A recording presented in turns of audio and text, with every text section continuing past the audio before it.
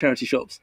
Definitely for me. So this was a Great Yorkshire Show, wasn't it? Yeah, 90% of my clothes I get from charity shops, but at the Great Yorkshire Show, I was in the stall when the rain opened, and the guy just had me captured there for a good hour, and I only So I only went away with 3 shares, which I was quite proud of. 39 shares. Hello, everyone. We're just warming up for Talking Leaders with AHDB and Beanstalk Global. And I was driving up thinking about this yesterday, that I've done some 350 broadcasts, most of them with yourself and Mark, and all of them have been in the studio. And now look we are. Look at the weather. I know. The weather, the backdrop is glorious. It is always sunny in Yorkshire, I promise. It's not like it absolutely hammered it down yesterday and last night. What did I say? I brought the sunshine. Yeah. We were talking to your father yesterday because you all went to the Driffield show. When I was at Harper, some of the guys from Yorkshire said that the centre of the universe is Driffield, that the world revolves around Driffield, and your father said, yes. I bet he was like, that's the wrong part of Yorkshire. I bet he said something along those lines. So everyone, here we are in beautiful Yorkshire. Come on, Isaac, get this all set up. Why are we here, and who are these two very popular ladies? Yes, so we are very privileged to be here at Rebecca Wilson's farm for On the Trot. We were here last night and talking. We had the AgriLeader Circle live from here, talking all things exports, and we're back here this morning as we were up here. And, so we've got this, and we're very lucky to have Rebecca Wilson and Lizzie from the Becca and Lizzie podcast. So if I just do a little intro, so I work for AHDB. I work in the AgriLeader team. AHDB is a levy organisation. We work on behalf of farmers. We help facilitate exports, like I say. We provide market analysis and data. We do knowledge exchange. We look at consumer trends. We challenge misinformation, so you can email us and we'll challenge that. We do marketing campaigns like the Eat Balance campaigns, but we also do, working with schools and so the next generation, and hence we are here. So. And just to say that, that's why I think the AHDB, Isaac, Mark, and the rest of the social media team are very inspired, because you're so engaging with these guys. Listening to you last night on the broadcast, it's not that you're endorsing the AHDB, but you were endorsing the AHDB because the good work that they do. Having worked with a number of trade groups, the AHDB are very, very proactive, and I think this type of thing works very well. Yeah, I would agree with that, because we're not sat there paid to turn out some spiel that, oh yes, AHDB do this and the statistics are this. Actually, we've either been to an event voluntarily, or we've taken the time to read up on it because we're interested, and because actually ultimately it benefits us as farmers, and hopefully things like this and the live streams are all showing in quite an informal way that the AHDB is a really good organisation to have on our side. And I think it's fair to say, everybody over all of these things, even though you're quite involved with us, you're always surprised with the amount of stuff we do, and I didn't know you were doing that. I think that's fair enough to say. Absolutely. And even something like this, we're obviously very keen to talk about young people in agriculture, people not from farming coming into agriculture. So for the AHDB as well to understand that this younger demographic is an important one, is also valuable for us as well, and the work we're doing. Absolutely. So you guys do the Becca and Lizzie podcast. Today the welly is on the other foot, and we'll be asking the questions. Yeah, I'm a bit nervous with that, actually. Don't throw us any curveballs. No, so we'll keep it nice and gentle. We were very well looked after last night here, so thank you very much. So how did you two meet, and how did this all come about? Well, it's a good question. It was in a previous job, wasn't it, Lizzie? It was, yeah. So we both met while we worked at a poultry equipment supply company, which sounds very niche, doesn't it? Our journeys in life ended up there. Becca was a project manager. I was working as head of marketing and design. And we just became really, really good friends. We're just best friends. Absolutely. And I think the two different backgrounds, Lizzie isn't from a farming background at all, which I'm sure we'll kind of touch on throughout the rest of today. But I would say, and it sounds a bit cringe, but our strength is in our differences. If we were both from farming, we would not have the questions and conversations, or if we were both from a non-farming background. The reason I think that it works, and hopefully I can say it works with some of the things that we've done, the reason it does work is because we have a different perspective. Yeah. Yes, we agree on things and our aims. We agree on, we align on all of those things, but we're coming at it from different angles, which is vital. And it allows us to step into each other's shoes. You know, Lizzie can step into a farmer's shoes and thinks, actually, yeah, I understand why they're doing things that way.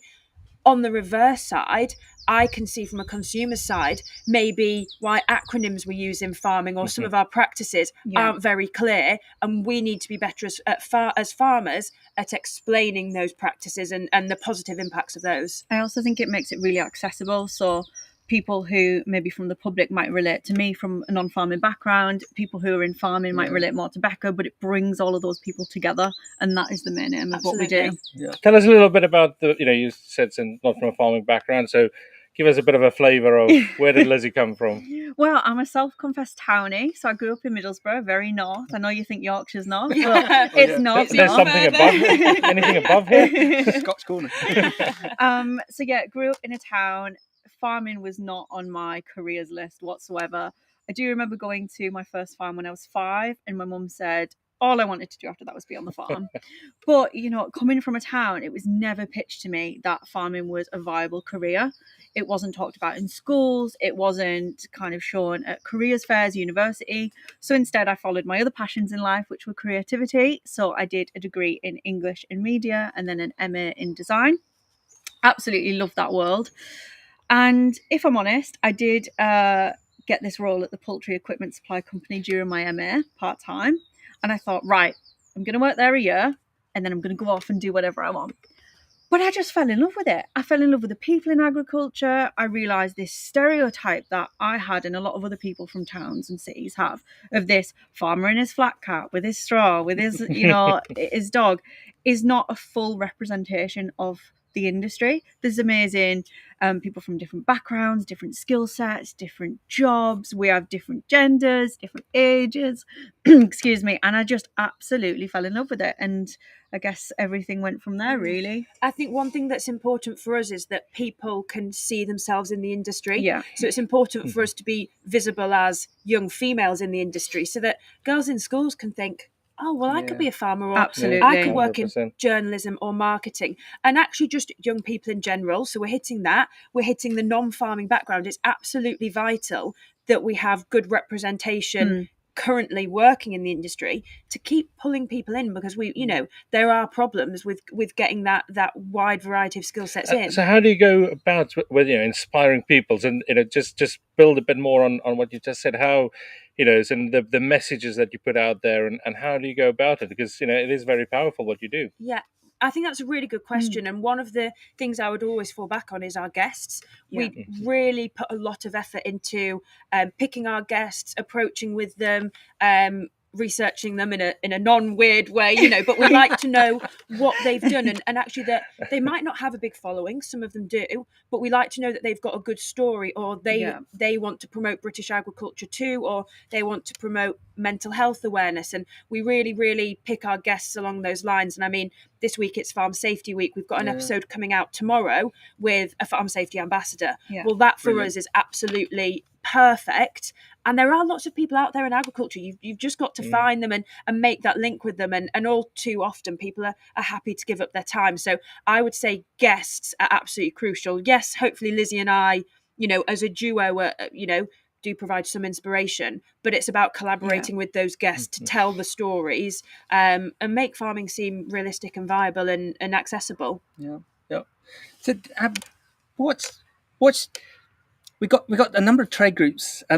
Come on, Max, you can do this. I'm really impressed with the likes of MDS, Management Development Services, and they've been going for 25 years, and they find the best of the best out of colleges and universities, and they put them through a 2-year training course with 4 different companies, and they have no problem attracting diversity in whether it be gender specific or whether it be ethnicity. They have no problem whatsoever, because their trainees, as they call them, attract more people in. I think this is where it works very well with yourself. What inspired you? What was the catalyst for the podcast?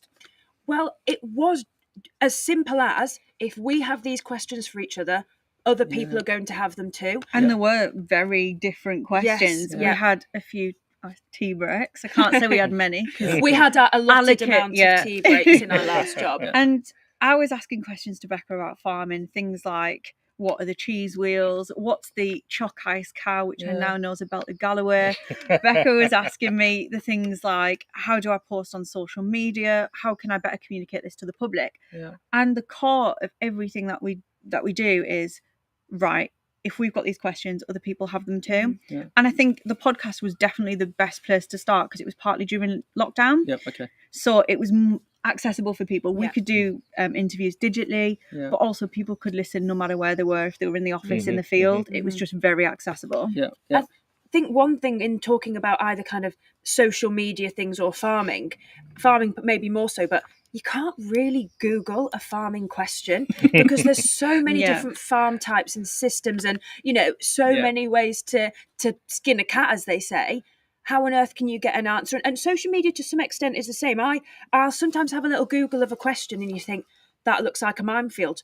But I'll message Lizzie and she'll be able to tell me the answer in a text. Yep. And so hopefully we're providing like a portal to some of that knowledge that we have. And of course, we're always learning. We don't know it all yet and we never will. But if we can break down one of those barriers, and help with this knowledge transfer, because things have been hidden behind kind of smoke and mirrors in farming in particular. Understandably, people are scared about opening up what you do day to day on farm, but the more we open it up, the more we, one, can bridge the gap with consumers, but two, bridge the gap with potential employees as well. And how do you get cut through?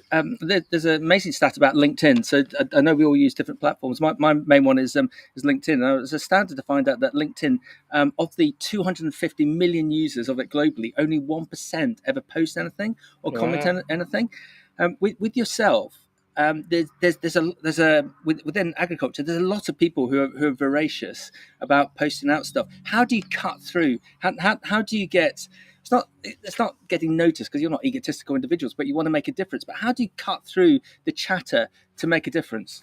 Oh gosh, that's a big question. It is. I think you'll find in social media, it is just a sea of content all the time. People are posting. I think our strengths come from, we use different platforms. I very much love LinkedIn as well. So I'm on that side. You won't find me on there very actively. I'm one of the 99%. We're both on Instagram as well. And I think it's about finding content that sits with your audience, because as soon as you find that, you'll find more engagement and the likes of algorithms will push it forward. It's about authenticity, isn't it? Absolutely. Honesty. And I think people more and more, and you talk about this is Lizzie's kind of area, is that actually the generation now can see through fakery, filters and things like that. We can see them being used, but people are aware of it now. Things are filtered to the extreme, and the highlight reel is the extreme. That authenticity and showing that there's highs, lows, but everything in between is needed. It is, and I hope that's what resonates with our followers. You mentioned there about content and the topics. Share some of the best discussions you've had, some of your best topics you've done over the years. I'm thinking of a recent episode actually with Farming Minister Mark Spencer. What did you think, Lizzie? Yeah, that was just the farming minister. He's really hard to get hold of, but we managed it. Yeah, that was a very, very interesting episode to talk about mental health, to talk about the future of farming, and we got quite a lot of I want to say farmers on the ground and influencers to send in questions to ask him directly, and it was interesting, wasn't it? Yeah, one thing which sticks out to me is that Mark talked about basically the risk and reward in the. No, we did ask how to address him, and they said, "Oh no, he's quite informal, like he prefers Mark." So we're not just we're not texting. We were talking about the risk and reward in that farmers take all of the risk and the reward is uncertain. It could be 2 years down the line when you sell your product. And he was actually saying we're hoping to put things in place to make sure that it isn't as risky for farmers. And one thing for us that we talk about a lot is, do you have the confidence to invest in the next year's planting of the arable side or increasing the flock of sheep? And actually, he was saying that we will. In time, we should be having that confidence, and I kind of pushed him a bit on it. I said, well, it's music to my ears that you've acknowledged it, but I want to see something resolute and action, because there can be a lot of words, but who knows if there'll be action. So I think we had quite a good conversation with him, didn't we? Yeah, it was the themes that came out of that were great. We've had a lot of other topics as well. You know, we've covered women in agriculture, careers. One theme that comes up time and time again is mental health. Doesn't matter what we talk about, there is always an underlying theme of challenges in mental health, and that is a huge thing that we advocate for and want to support. And I think it's a couple of edges as well. It's sharing experiences of people who have suffered with mental health conditions and all the kind of spectrum of conditions and crises as well and everything.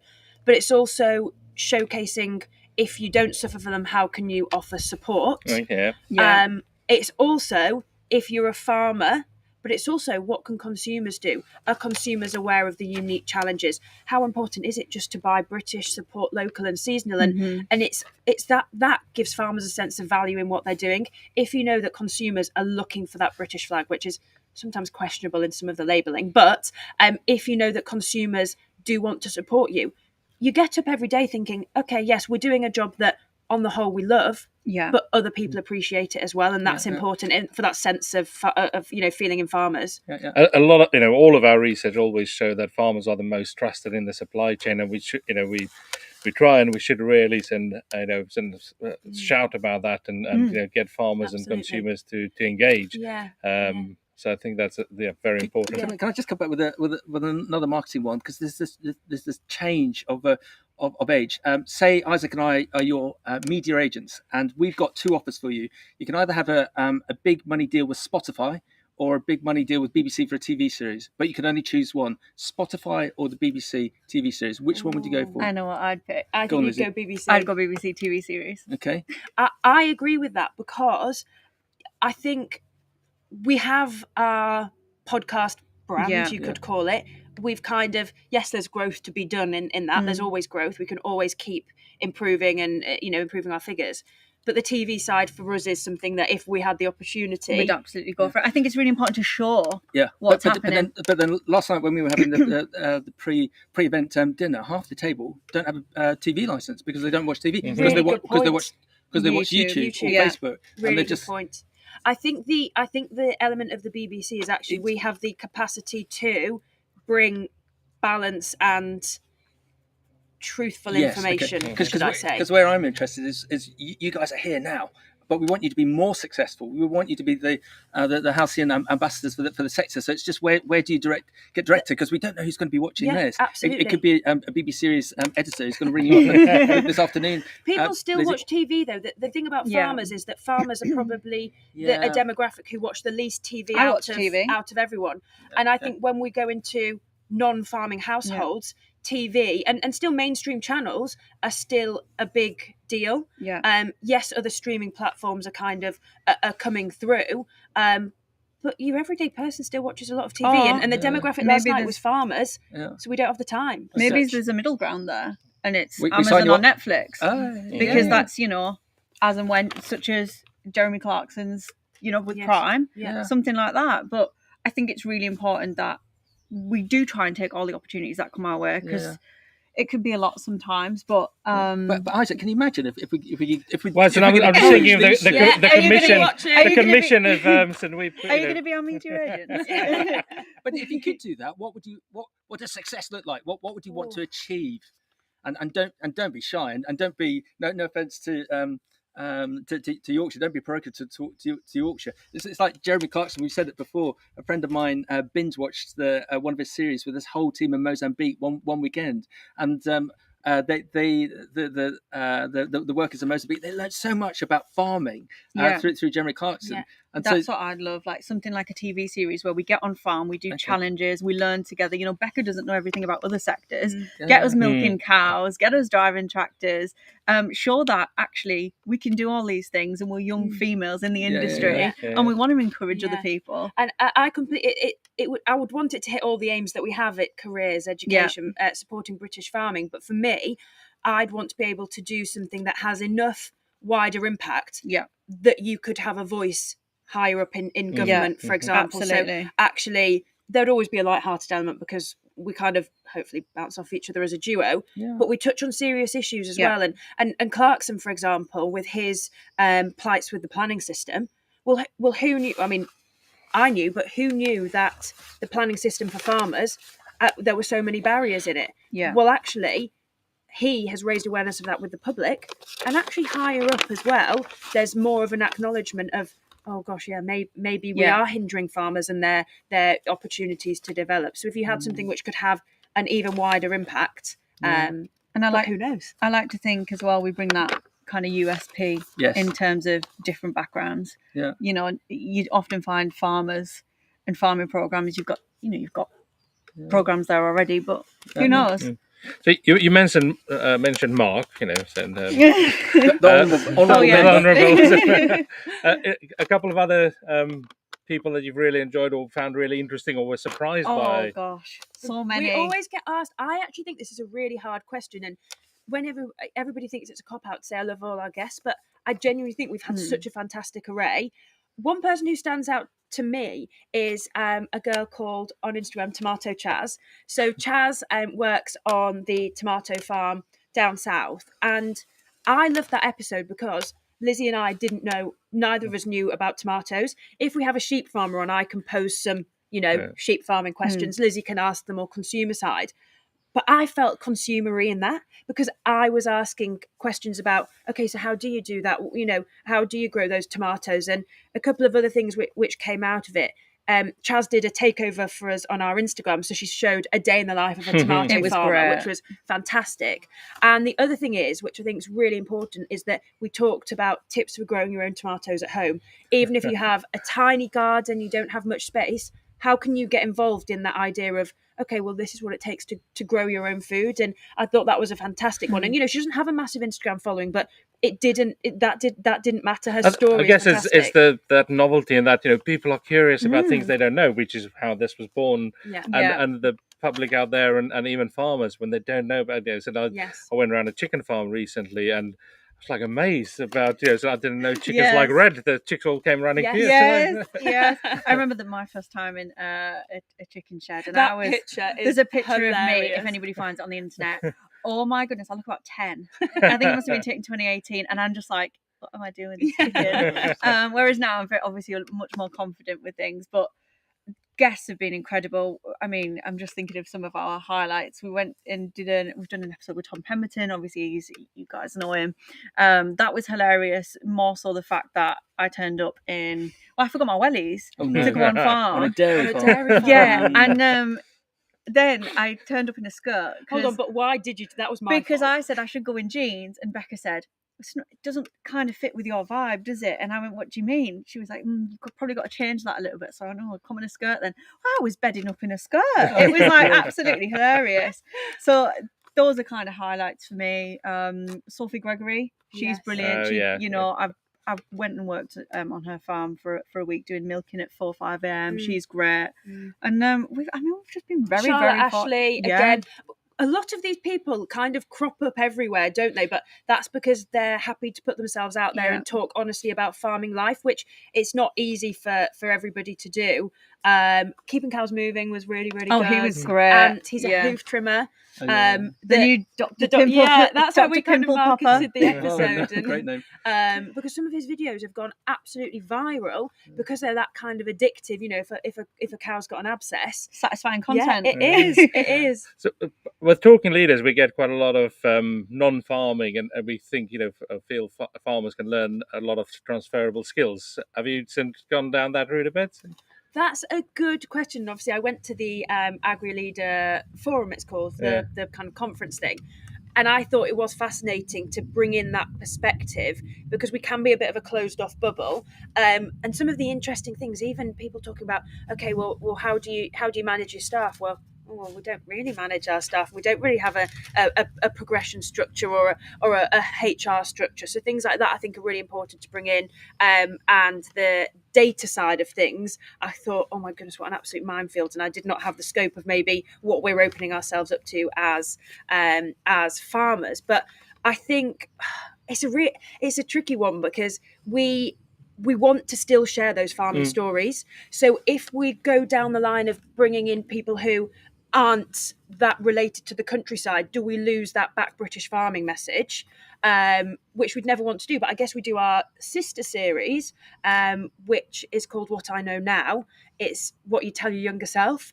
And we're branching out slightly more. It's not necessarily farmers on that. So we had, still related to the countryside, we had somebody from Arla on that. He's, very high up in Arla, really. So he brings a different businessy perspective to things, but we would never want to lose the message of ultimately we want to show what farmers are doing on the ground, basically. I would say. Do you agree, Lizzie? Absolutely. And I think a huge thing for us is the podcast is only one part of what we do.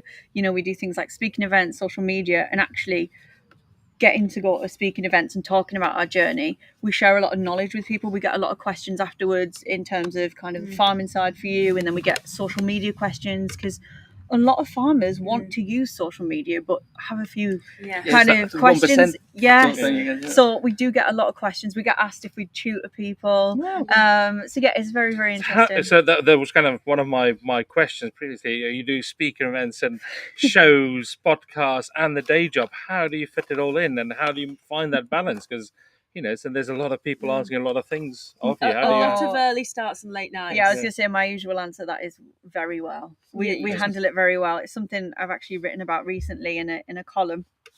It's all about this balancing act that we do. You know, it's very easy to look at our social media and see this highlight reel and go, oh my goodness, these girls are here, there, everywhere, doing all this. But actually behind the scenes, it is a lot of hard work. We're up 5:30, 6 a.m. We do early morning recordings. We're editing late on a night. We're going on weekends. And don't get me wrong, we are very, very grateful and we absolutely love what we do. But I think sometimes we need to remind ourselves and other people that we need to take a step back sometimes. We do say that, don't we, in some of our speaking events. Sometimes you do have to pick and choose the opportunities. It is okay to take a step back, and sometimes we should be taking our own advice. But actually, if we are making an impact, which hopefully we are, it's so important to just. So that prompts the obvious question: with us being your agents, and we've got Netflix and BBC, and could you see it as a full-time career? Would you enjoy doing that? I think we have talked about this before, because particularly at this stage, ultimately our day jobs are what pay the bills. Yeah. So that is our kind of 100% focus, and it has to be. And if it wasn't, then we shouldn't be doing all the other stuff. Logistically, time-wise, how does that even work? Yeah. I do but not know. Who knows? Yeah. All I can say is never say never. We never thought we'd be here 2 years ago. So who knows where we'll be 2 years down the line. Yeah. We talked a bit about mental health. How do you switch off? And what is? Ooh. I'm just trying to think. When was the last time I switched off? That one first? Yes. Well, I'm very, very open in the fact that I have anxiety. I am actually. Well, I recently told everybody. I talked about it on social media that I've been diagnosed with OCD. So I tend to be very kind of compulsive. Like sometimes my brain just will not switch off. It doesn't matter what I do, but I find therapy really helps. An hour every now and then when I need it is a really good way to switch off. Just looking after myself and doing things that I want to do, having a walk or a hot bath. Or I think the good thing about being a duo is that we can rely on one another. If you're on holiday, I'll take that workload on and vice versa. So we can. Yeah, I would agree. I think that's a massive point in that we do make a point of the fact. If we're on holiday, unless it's an absolute emergency or it's just like a chit chat between friends, we don't really contact each other. Okay. Even if it's a case of I would edit all the videos to go out on social media, but Lizzie posts them or I schedule them or whatever. We very much try to, if we are switching off, it should be a switching off time. I think the simple things are some of the best things to do to switch off. Walking the dog. Yeah. It's a tiny thing. It costs nothing. And it's really, really important. Listening to podcasts, what a great way to switch off. But yeah, absolutely. It's the tiny things for me, because you don't have the time. I don't have the time to go off and have a spa day or a long weekend or anything. I'd love to. But you've got to take those 20 minutes, that hour, whatever. Sitting in the garden and eating your tea outside. Tiny thing. Absolutely. Massive for me. There's actually a lot of science behind the fact that you almost can't sit at a desk and come up with good ideas. Yeah. And it's whether it's on the bike or walking the dog or in the shower or and you don't get good ideas sitting at a desk trying to. Well, how often I'll be walking around, like I'll be checking on the sheep and I'll voice message Lizzie to say, I've just had this thought, but so I don't forget it. Because obviously Lizzie might be at her laptop able to just write it down or something. Or she'll switch onto her laptop before I get to mine, if we're working on an evening. So I'll just voice note her and say, I've just thought of this. Will you remind me about it later? I think we've said this on virtually every podcast, and I think it was from Cranfield, that the researchers showed that the best leaders spend 25% of their working week just thinking, and that could be a dog walk, that could be in the car, and it is so important. or just shutting the door of the office, just thinking. Yeah, and that's what because I find. Ideas for us are important. Ideas of, okay, well, how are you going to write that social media post? Where are you going with your line of questioning on that? What are you going to do in your presentation? Things like that. You don't, as I say, you don't sit down for an hour and you've written your presentation. We'll come back to it. Oh, I've got this idea. Or I think I should put a slide in on that. It's not and I think actually sometimes we can be a bit hard on ourselves to say, right, well, we need that done by then. Yeah. And if it's not done, obviously, yes, sometimes you need a presentation done for a specific date, but actually those deadlines should and could be workable to make sure you've made the best of the content that you're trying to create. I think it's fair to say we're always looking at the next thing. Yeah. Whereas sometimes we don't give ourselves credit to look at what we've actually done. And celebrate what you've done. Whereas, someone said to us the other day, you've been on BBC Breakfast twice this year already. And I was thinking, do you know what we have? Yeah. And whereas in our head we're thinking, gosh, I've got, 6 months left of the year. I've got this planned in. We've got this to do. Whereas we don't actually take time to reflect and think, actually, we've done all right here. Yeah. Can I ask a question on an international aspect? Harper Adams was interviewing there a couple of months ago, and they got a slight frustration with the student body that there isn't a great desire for the students to go up and do a placement year overseas. I'm ex-Harper, and I did my placement year in Australia on cotton, and it was the making of me, and I'm lucky to be like Isaac, quite well travelled. And there's some amazing farming enterprises globally, but within the UK we are quite parochial. With what you do, would you be interested to have, I don't know if you do, international podcast guests, and to go to Peru to look at avocados, to go to South Africa to look at citrus, to go to Zim to look at fine beans? I've said let's get... Or is your raison d'etre with what you're looking to do just to be parochial within the UK? I think it's such a good question. We've talked about it quite a bit. Yeah, I said Becca and Lizzie on tour. Yeah. I said it'd be great because although we are, very much back British and we want to showcase our amazing farmers, I think you can also learn a lot from other people and, go into these places and talking and having these discussions. Yeah. We might be able to share knowledge and bring something back. And who doesn't want to see us flying off anywhere? The plane's here to pick you up. It's here. The private jet is landing now. Get the champagne ready. It is things like, Nuffield. Wow, that is very loud, isn't it? The red arrows. They are just they do come out of Dishford actually, just down the not Dishford, Linton sometimes actually. Not red arrows. No, that is very loud. Things like Nuffield, and sometimes you meet somebody from a different background. You just get that wow. I've never thought of it like that. I guess our only foray into kind of farming abroad recently would be we spoke to Tom the Young Farmer. Now if you listen to Radio 1, he's literally been on all the time, but he's been in New Zealand, and so it was really interesting to hear about his experiences with the farm over there and how he might bring something back to his farm at home. So I think it's a fascinating thing, and just because you would talk about a farm abroad doesn't mean we're not going to support British farming. Absolutely. You can still do it all, but I guess it's a logistics thing as well for us in terms of we have a massive list of UK guests. To get even more guests, like obviously it will be opening up a massive group of people, which will be amazing. Yeah, it's been on our radar. Basically, it's been maybe next year. It's been on our radar, hasn't it? All I can say is pack the suitcase back. We're going on holiday. So we talked a lot about your really favourite guest. Who's been the worst? Oh, I'm only joking. I'm only joking. You and I. No, you don't have to answer that. There wasn't a worst that came to mind, but there was a funny moment that came to mind. Oh, go on. I mean, is it PG for this? I don't know if it is. It's to do with do you prefer? Oh yeah. Seriously, I was only joking. We'd love to share that. Rebecca, you as an opposite from Lizzie, 5th generation of family farming. Is that a bit of a pressure? And how do you work through all of that? And we met your lovely parents last night. And how do you work that and with your sister? Really good question. And anybody who works on a family farm will know it could be the absolutely most amazing working system, but it can be so tricky at times. There's definitely a responsibility. So I returned to the farm a couple of years ago or so now. It was actually through family illness. My dad couldn't drive for 6 months. And so it was kind of what on earth are we going to do? So there was maybe a view of, will it be just that 6 months that I come back to the farm and then go and, well, get what I would call a proper job. But loved working on the farm so much. It gave me an opportunity to, I guess, learn about more of the business side of things. I'd always carted corn in holidays and whatever, but I'd never been fully immersed in the business side of things.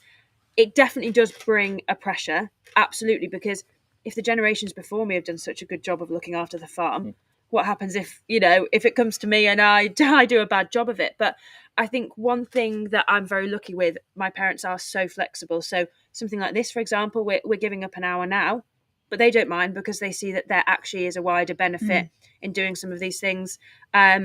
One of the other things which I think actually makes it easier for my parents to say, yep, go off and do those things. Some things do bring in an income, and I have to see some of the work that I'm doing as a diversification to the farm. Otherwise, you can't do everything for free. Interestingly, we have secured a sponsor on the podcast.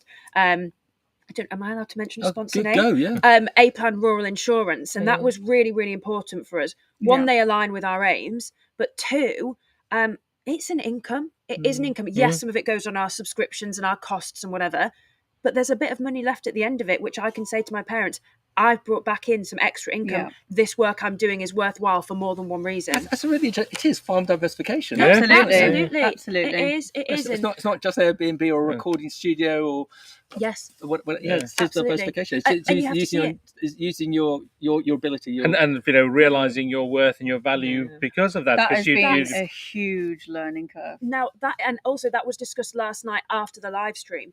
We were talking about the fact that farmers and have kind of got followers by accident. We thought, we'll just show a bit of what we're doing at lambing time, and then before you know it, you've built a following. The problem is with farmers is that we then have no knowledge of how to, like, social media management, managing yourself, managing your time, managing the fees you charge. We don't have a clue, and so often we're undervaluing ourselves for social media content creation, video creation, speaking events, going to other podcasts. And I think actually, if the agricultural industry doesn't wake up to how much you should be valuing the following of farming influencers, let's call them, if farming doesn't wake up to that, other industries are coming in and taking farmers out. And we've seen it with some of the people we know are getting other opportunities outside of farming, which are simply more well paid. Yeah, and if you look at the likes of, I'm going to cross the line here.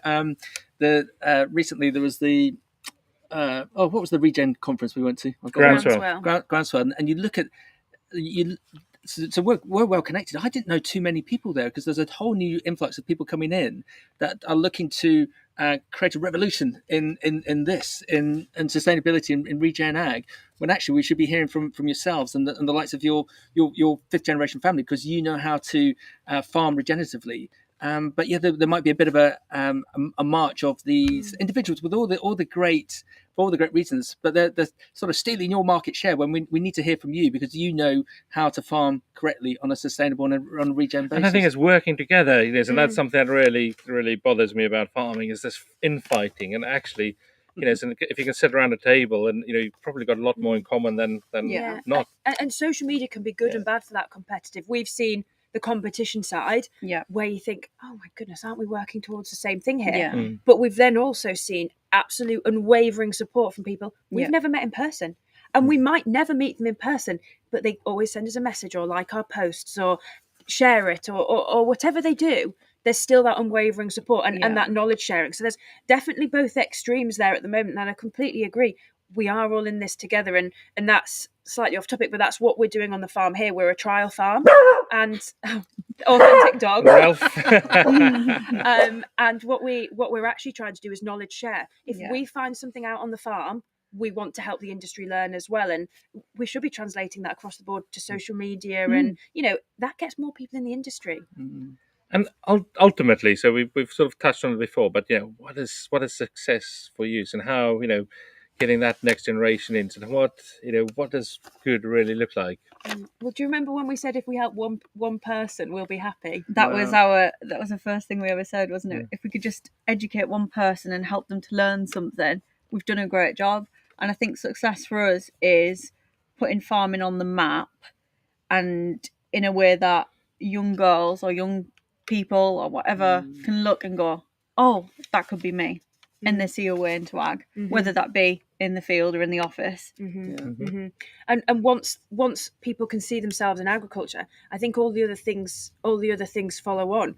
Support of British farming grows, because actually bringing more people from outside the industry, they're our spokespeople, aren't they, really? If we're impacting one or two people, they can then be saying, actually, no, but farming isn't like that, because I've had a bit of experience from it, and they're spreading the message. Great marketing.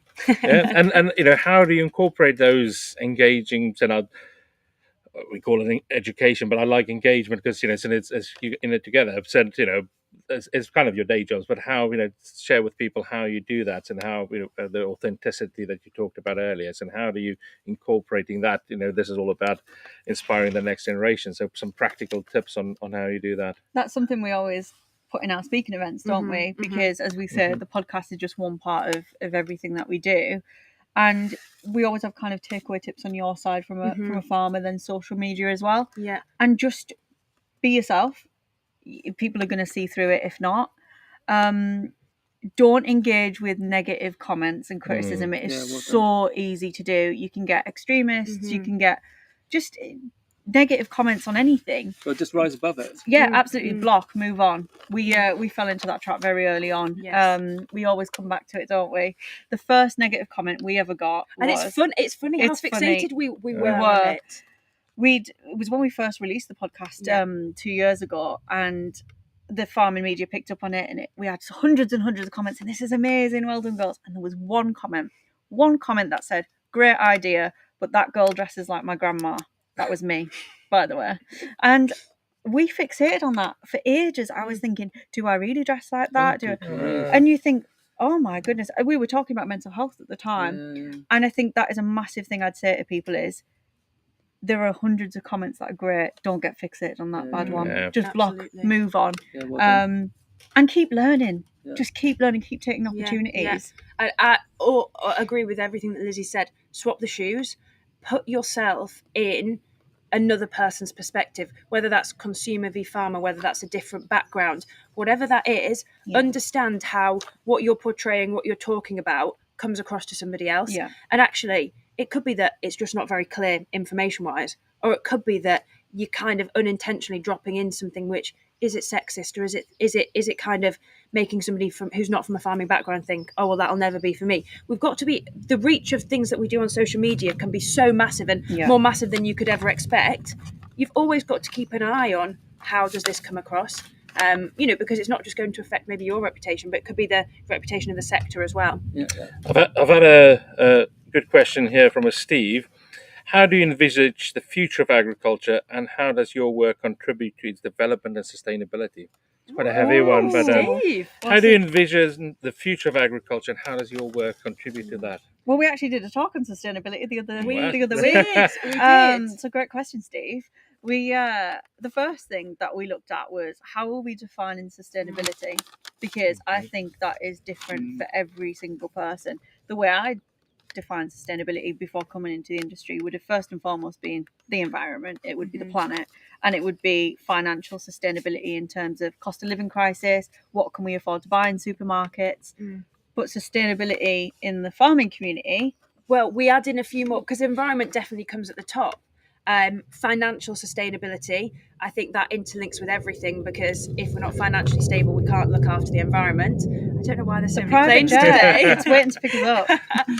But I think sustainability goes into things like people as well, and succession, and as I said, it's all interlinked. So ultimately, the future of farming is sustainability, however you define it, because if it's not sustainable, it will disappear. How do we impact that? We literally had a slide on this, so it's a really good question, but we're kind of prepped for that. Our role is actually communicating that to farmers and consumers. It's about getting the message out there across different platforms to people who may never have stepped foot on a farm, probably will never have the opportunity to. And it's important that we communicate what farmers are doing to be sustainable, but also what consumers can do to help sustainability as well. Bridging the gap. Yeah, absolutely. Education question. Oh, it's a tricky one. There's definitely been a change over the pandemic that perhaps some younger individuals don't want to go to university, college, and they might get a degree, another qualification, but they'll come out with a lot of debt. There might be a route that they further their career through apprenticeship scheme, or by not going to university. If we've got people watching this or listening to this who are 50-50 as to whether they go to university or college to learn about agriculture, or they just go work on a farm and work their way into the sector that way, what's your advice? Go to do the formal education and all the positives and negatives that come with that, or go straight into industry? I think it depends on the role you want to go into. And this is coming from two people. So I did a degree at Cambridge and a master's at Siren, so non-agricultural and then agricultural. Lizzie had a degree and master's in creative side, linguistics. So we've come from, I would say, more of the academic side. Yeah. Now, coming back to the family farm, the academic side has not hindered me. It has absolutely helped. It got me away from the farm. But the practical knowledge of farming wasn't there as much as if I'd studied straight ag or gone to ag college or started working on the farm. However, I had to have a view of, I didn't realise I'd be coming back to the farm this early. Going off and doing the degree that I did and the master that I did was appropriate for my kind of desires and career aspirations, but was going to hopefully ultimately provide me with a good earning potential by having that background. But I was lucky in that school was easy for me. I enjoyed that academic side of things. That isn't for everyone. Yeah. But the good thing about farming is that whether you want to do the academics, whether you don't, whether you want to get stuck in on farming, whether you want to do genetics or engineering or any of those things, there absolutely is a route for everybody. But sometimes it's just finding it, because sometimes teachers aren't so well versed in helping direct you through that route. So I would absolutely recommend anyone listening, just start Googling different careers. How do I get this job? Go and speak to your careers advisor and say, I want to do this, and don't take no for an answer, because they might try and steer you away from farming. And we've heard messages of that, haven't we, before? If you want to do it, there's absolutely, and even if you call up an agricultural college and say, I want to do this, is it right if I come to you? Do you have the right course for that? Just ask them. Brilliant advice. I'd also say do what you love. I think we are so conditioned from a young age to follow a linear path. You have to have it figured out. You have to know exactly what you want to do. You've got to go to university, and great, uni might be the right thing for you. But do what you love, and it's okay to change your mind. I did English, then I went and did design, and now I'm in farming. Life isn't linear. Find your passion. Absolutely, follow it. You know, you only get one life, and I genuinely mean that. Great advice, thank you. Wow, I almost need to finish it there, because it is such. We are sort of running out of time, so final couple of words on the podcast and some advice like that. And how do we top that? I would finish it off by saying, basically, Lizzie and I are just going to keep doing what we're doing. We're always going to be here to try and promote British farming. We're also going to try and touch on the trickier issues to talk about, whether that is mental health, whether that is diversity. But ultimately, we want to support our industry that we work in, that we love, and that we need to protect, because we're up against it from a lot of other angles. And sticking your head above the parapet and spending the time on social media and opening yourself up to some of the negativity isn't always easy. But we're just going to keep going. Absolutely. I can only echo that. And just, if anybody's listening, just be yourself and keep going. And from this network that are dialed in, how can we all help you make this a success? And not just for yourself personally, but for the sector as a whole. What do you need from the network to go to this next step? Well, I would say the first thing is just give us a follow on social media, and listen to our episodes. So you'll find us under Becca and Lizzie. But the other thing is, how do I say? I don't want to say educating yourself, because it sounds a bit formal and forced. But take the time to understand a bit more about farming, because more and more the information is getting out there in an accessible way, and I'd hope that we're kind of part of the group of people who are happy to put information out there accessibly. we try and answer as many questions as we get in as well. So if you don't understand something about farming or food production or agriculture, ask the questions, or go and try and find the, type it in on Instagram, and you might just find the answer. Yeah. Your takeaway, Max? Yeah, I think it's not that we need more people like these guys. I think that I love your expression about we're so conditioned, and I fear this. And I drive around and I see all these new houses being built and people going into those and having 2.3 kids and a Labrador and a mortgage and being stuck in an insurance clerk's job, which is fine. But we're here for such a long time and we can make such a difference. But sometimes we need to be educated, excited about the difference that we can make. So that's Absolutely. why I'm really inspired by both of you on the basis that we were really excited to meet you and talk like this, but also for this audience to hear from you and to be inspired. So that's my takeaway is I've been inspired. Well, thank you so much. Are you going to sign on as media agents now? We've got the contract actually. Spotify, Netflix, Amazon.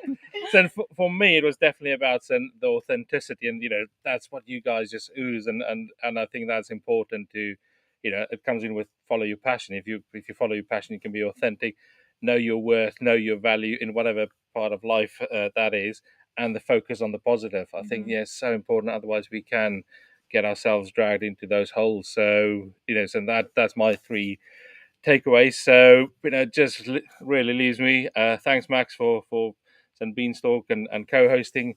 Thank you guys, Becca and Lizzie, and so much for hosting us here, Rebecca, but for joining us here. Go and look at the AHDB AgriLeader pages, and all the things that we do there. This is called the Talking Leaders series. There's a whole backlog of that, so go and have a look. And thank you for listening. Thank you for sending in your questions, and we'll see you next time. And ladies, do you think that Isaac's shirt should have its own Instagram account? Yes, absolutely. I know that's not the only one as well. There's a big wardrobe full of those. I do like a good shirt. Brilliant. Thank you. Thanks.